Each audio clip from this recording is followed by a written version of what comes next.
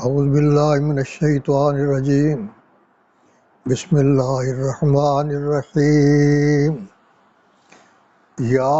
ایہا الناس اعبدوا ربکم الذی خلقکم والذین من قبلکم لعلکم تتقون الذی جعل لکم الارض فراشا والسماء بناء وأنزل من السماء ماء فأخرج به من الثمرات رزقا لكم فلا تجعلوا لله أندادا وأنتم تعلمون صدق الله وصدق رسوله النبي الكريم ونحن على ذلك من الشاهدين والشاکرین والحمد للہ رب العالمین۔ معززین حاضرین و ناظرین اکرام، السلام علیکم ورحمۃ اللہ وبرکاتہ۔ قرآن مجید کا یہ پہلا پارہ ہے جس کا یہ دوسرا رکوع شروع کیا میں نے، پہلی ہی آیت اس کی تلاوت کی ہے۔ برادران محترم، اس آیات کریمہ کے اندر پروردگار عالم نے اپنے آخری پیغمبر جناب محمد الرسول اللہ صلی اللہ علیہ وسلم کا تذکرہ بھی کیا ہے اور عام انسانوں کا تذکرہ بھی کیا ہے۔ اصل میں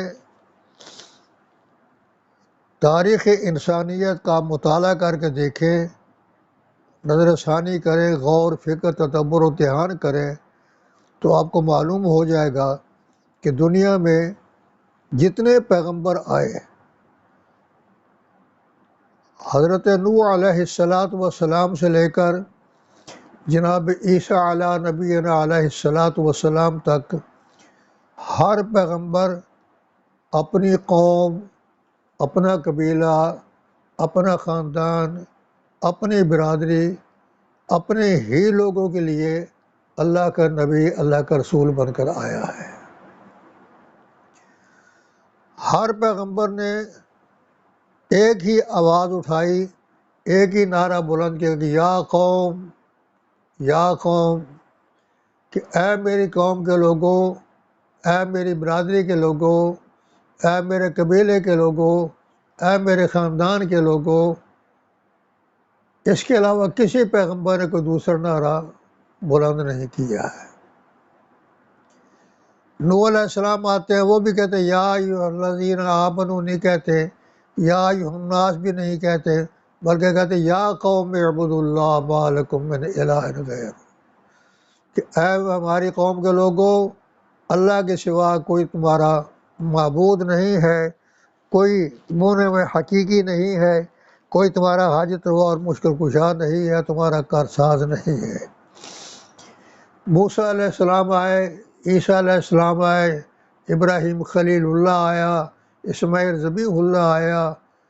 عیسیٰ روح اللہ بھی آئے،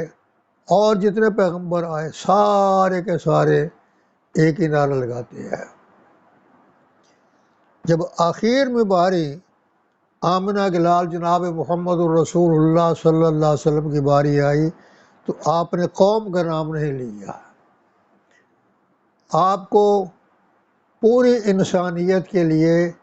چاہے وہ مسلمان ہو، چاہے وہ کافر ہو، چاہے وہ مشرک ہو، چاہے وہ بدعتی ہو، چاہے ہندو ہو، سکھ ہو، عیسائی ہو، یہودی ہو، کسی بھی مکتبہ فکر کا کیوں نہ ہو،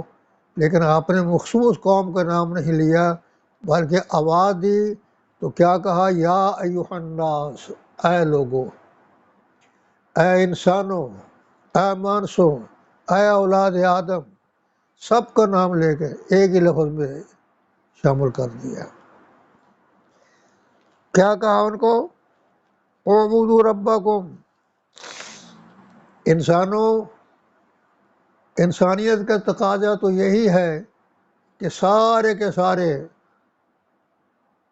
اللہ کی عبادت کرو، اللہ کی اطاعت کرو، اللہ کی فرما برداری کرو، اللہ کے آگے عجز انکساری کا اظہار کرو، اللہ کے حکموں کی تعمیل کرو اور اس کو تکمیل کرو۔ آپ نے یہ نہیں کہا کہ میری عبادت کرو یا کسی نبی کی یا کسی ولی کی یا کسی پیر کی یا کسی پیغمبر کی یا کسی رسول کی عبادت کرو، بلکہ فرمایا کہ اعبدو ربکم، جو تمہارا رب ہے نا اس کی عبادت کرو۔ عربی زبان میں رب کا معنی جو ہے وہ یہی ہے، نشو و نما کرنے والا، پروان چڑھانے والا، نیچے سے اوپر کرنے والا، روزی دینے والا، رزق دینے والا، پالنے والا، پرسان حال تمہارا وہ کون ہے؟ وہ رب ہے۔ پہلے اپنا تعارف کرایا اور ساتھ ساتھ یہ بھی کہا کہ عبادت کے لائق اگر کسی کو مانا جا سکتا ہے، کہا جا سکتا ہے تو صرف اللہ کی ذات ہے، اور دوسرا کوئی اس کا مستحق نہیں ہے۔ اس کے بعد دوسرا کہا کہ اللہ جی خلقکم، رب تمہارا وہ ہے، اللہ وہ ہے جس نے تمہیں پیدا کیا ہے۔ یہ لفظ ذرا قابل غور بھی ہے اور قابل فکر بھی ہے، اس لیے کہ خلقکم کہہ کے انسان کی مخلوقات ہونے کا تذکرہ کیا اور ساتھ ساتھ اپنی خالقیت کا اور ربوبیت کا بھی تذکرہ کیا ہے۔ اگر انسان تنہائی میں بیٹھ کر غور کرے، فکر کرے، تدبر و امتحان کرے، اپنا محاسبہ کرے، اپنے گریبان میں جھانک کر دیکھے کہ میری تخلیق، میری پیدائش کیسے ہوئی ہے، اللہ نے مجھے کہاں سے پیدا کیا ہے۔ کہا ثم جعلناہ نطفۃ، تم ایک پانی سے پیدا کیا، اور پانی بھی وہ کپڑے کو لگ جائے تو کپڑا نجس ہو جاتا ہے، بدن کو لگ جائے تو بدن نجس ہو جاتا ہے۔ تیری تخلیق جو ہے، تیرا مادہ جو ہے اصل میں وہ ایک قطرہ پانی کا ہے، تو وہاں سے نکلا ہے۔ اور ساتھ ساتھ یہ بھی کہا کہ فی قرار مکین، ہم نے اس پانی کو ایک مخصوص جگہ کے اوپر مادر رحم میں رکھا ہے اور وہاں اس کو سنبھالا ہے، ضائع نہیں ہونے دیا۔ اس قیمتی جوہر کو ہم نے سنبھالا ہے۔ یہ ایک علیحدہ چیز ہے کہ تو اپنی بدقسمتی سمجھ، بد نصیبی سمجھ کہ اپنے آپ کو تباہ و برباد کرتا پھرے، جہاں مرضی گراتا پھرے، لیکن پروردگار عالم نے اس کو ضائع نہیں کیا ہے، محفوظ تو کیا۔ پھر اس کے بعد اس کی رنگت تبدیل کر دی، سفید پانی کو سرخ بنایا، پیلے رنگ کے زرد پانی کو سرخ بنایا، سرخ رکھنے کے بعد اس کو منجمد کر دیا، جیسے برف جم جاتی ہے ایسے اس کو جما دیا ہے۔ اس سے کیا بنا؟ گوشت بنا دیا۔ پھر ہم نے ثم خلقنا النطفۃ علقۃ فخلقنا العلقۃ مضغۃ، ہم نے اس کو پہلے خون کی شکل دی، پھر اس کو گوشت کی شکل دی، پھر ہم اس کی بوٹیاں بنا دی، حتیٰ کہ ہوتے ہوتے فخلقنا المضغۃ عظاما، اسی کے اندر ہم نے اس کی ہڈیاں بھی تیار کر دی۔ 360 اجزاء تیرے جوڑے، آنکھیں بنائیں، کان بنایا، ناک بنایا، پورا ڈھانچہ، پورا مجسمہ بنایا۔ جب سب کچھ بن گیا تو فَكَسَوْنَا الْعِظَامَ لَحْمًا، تیرے اوپر ہم نے گوشت چڑھا دیا، جلد چڑھا دی۔ اب تو کیا ہو گیا؟ ثُمَّ أَنشَأْنَاهُ خَلْقًا آخر، پھر ایک نئی مخلوق پیدا ہو گئی۔ تو پہلے پانی تھا، اب انسان بن گیا، اشرف المخلوقات ہو گیا، تو آدم کی اولاد، آدم کی ذریت میں داخل ہو گیا۔ تو اب جب روح تیرے اندر ڈال دی،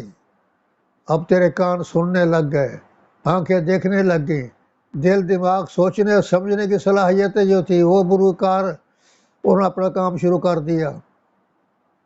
حتیٰ کہ سارا سلسلہ ہم نے تمہارا عین تیار کر کے رکھ دیا۔ اس لیے کہا کہ اللہ ذی خلقکم، تمہارا رب وہ ہے جس نے تمہیں پیدا کیا ہے۔ لیکن ایک بات خیال کرنا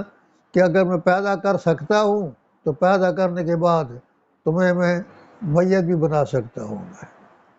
ثم انکم بعد ذالک لمیتون، پھر اس کے بعد میں تیرے پر موت کو مسلط کروں گا۔ موت کا معنی یہی ہے کہ روح کا جسم سے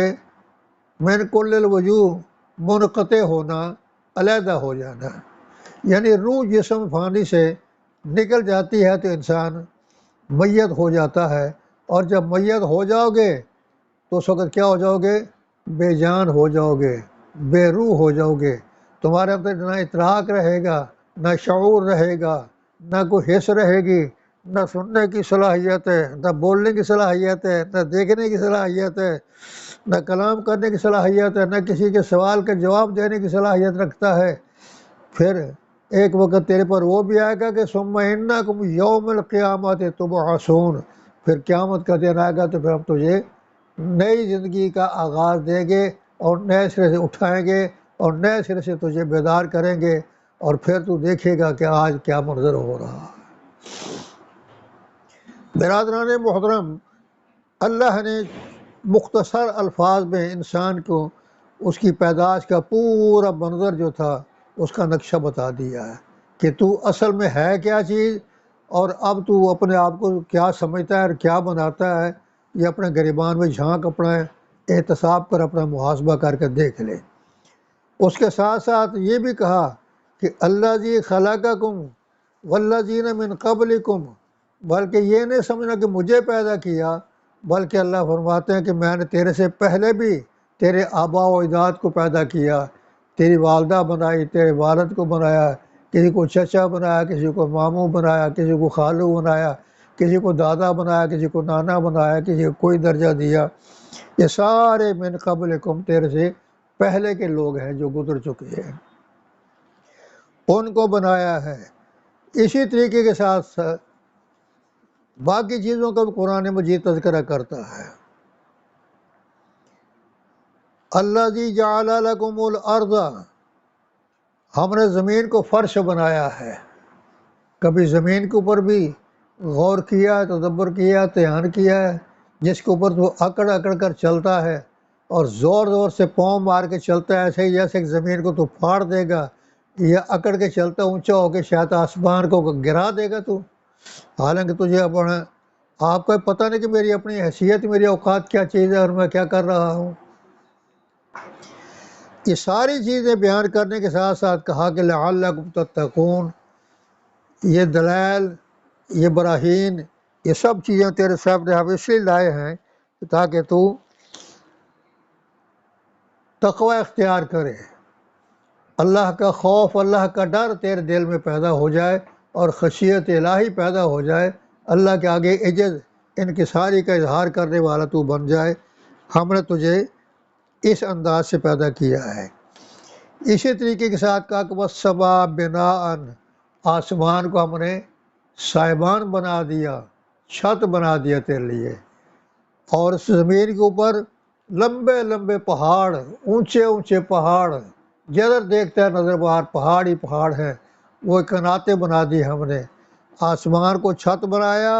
پہاڑوں کو ہم نے کناتیں بنا دی، اور وَأَنزَلَ مِنَ السَّمَاءِ مَاءً، آسمانوں سے یعنی اونچائی اور بلندیوں سے ہم نے تیرے لیے پانی برسایا، وہ پانی زمین کے اندر جذب ہوا، چشمے بن کر نکل آیا، ویسے بھی چلنے لگ گیا، تیرنے لگ گیا، تو اس میں نہا بھی سکتا ہے، پی بھی سکتا ہے، اپنی ضروریات زندگی کا استعمال بھی لا سکتا ہے۔ والسماء بناء، آسمان کو چھت بنا دیا، زمین کو پانی بنا دیا، وَأَخْرَجَ بِهِ مِنَ الثَّمَرَاتِ، پھر اس پانی کے ذریعے سے ہم نے زمین میں سے مختلف قسم کے تیلی ثمرات پیدا کر دیے، پھل پیدا کیے، سبزیاں پیدا کی، ترکاریاں پیدا کی ہیں، ہر ایک قسم کا پھل، ہر ایک قسم کا فروٹ پیدا کر دیا۔ یہ کیوں پیدا کیا ہے؟ تجھے پتہ چل رہا ہے کہ میرا پیدا کرنے والا کون ہے، اور یہ ساری اشیاء مہیا کرنے والا کون ہے، اور مجھے یہاں تک نشو و نما کر کے پہنچانے والا کون ہے۔ اور پھر ساتھ ساتھ یہ بھی کہہ دیا کہ فَلَا تَجْعَلُوا لِلَّهِ أَنْدَادًا، یہ بھی سن لے کہ میرے ساتھ کسی کو شریک نہیں ٹھہرانا ہوگا۔ آسمان میں نے بنایا، زمین میں نے بنائی، چاند میں نے بنایا، سورج میں نے بنایا، ستارے میں نے بنائے، نباتات میں نے بنائے، جمادات میں نے بنائے، حیوانات میں نے بنائے، کل کائنات میں نے بنا دی ہے۔ لیکن پھر بھی تو دیکھنے کے باوجود، سننے کے باوجود، پڑھنے کے باوجود، سمجھنے کے باوجود میرا شریک بنا دے تو پھر بڑی حیرت کی بات، افسوس کی بات ہے۔ اس لیے کہا کہ فَلَا تَجْعَلُوا لِلَّهِ أَندَادًا وَأَنتُمْ تَعْلَمُونَ، جان بوجھ کر تو میرا شریک بنا رہا ہے تو یہ غلط ہے۔ جب میرا شریک بنائے گا تو شرک ہو جائے گا، اور شرک ایسا سنگین گناہ ہے، ایسا سنگین جرم ہے، دنیا کے ہر گناہ معاف ہو سکتے ہیں لیکن مشرک کی مغفرت نہیں ہو سکتی ہے۔ شرک یہ معاف نہیں ہو سکتا۔ ان اللہ لا یغفر ان یشرک بہ ویغفر ما دون ذلک لمن یشاء، میں چاہوں تو دنیا کے سارے گناہ معاف کر دوں تو کر دوں گا اور کر سکتا ہوں، لیکن میری غیرت کا تقاضا یہ ہے کہ میں شرک کو کبھی معاف نہیں کر سکتا، میں اپنا شریک کسی کو برداشت نہیں کرتا، لہٰذا میرے ساتھ کسی کو شریک نہ ٹھہراؤ اور میری عبادت کرو، میرے آگے عجز انکساری کا اظہار کرو اور میری فرما برداری کرو، میری حکم عدولی اور میری نافرمانی کے مرتکب نہ ہو۔ جہاں تک ہو سکتا ہے حتی الامکان کوشش یہی کرو کہ اللہ راضی ہو، اللہ کا پیغمبر راضی ہو، ہم سے اللہ وہ کام کروائے جو اللہ کی خوشنودی کے اور اللہ کی رضامندی کے ہیں۔ آخر دعوانا الحمدللہ رب العالمین۔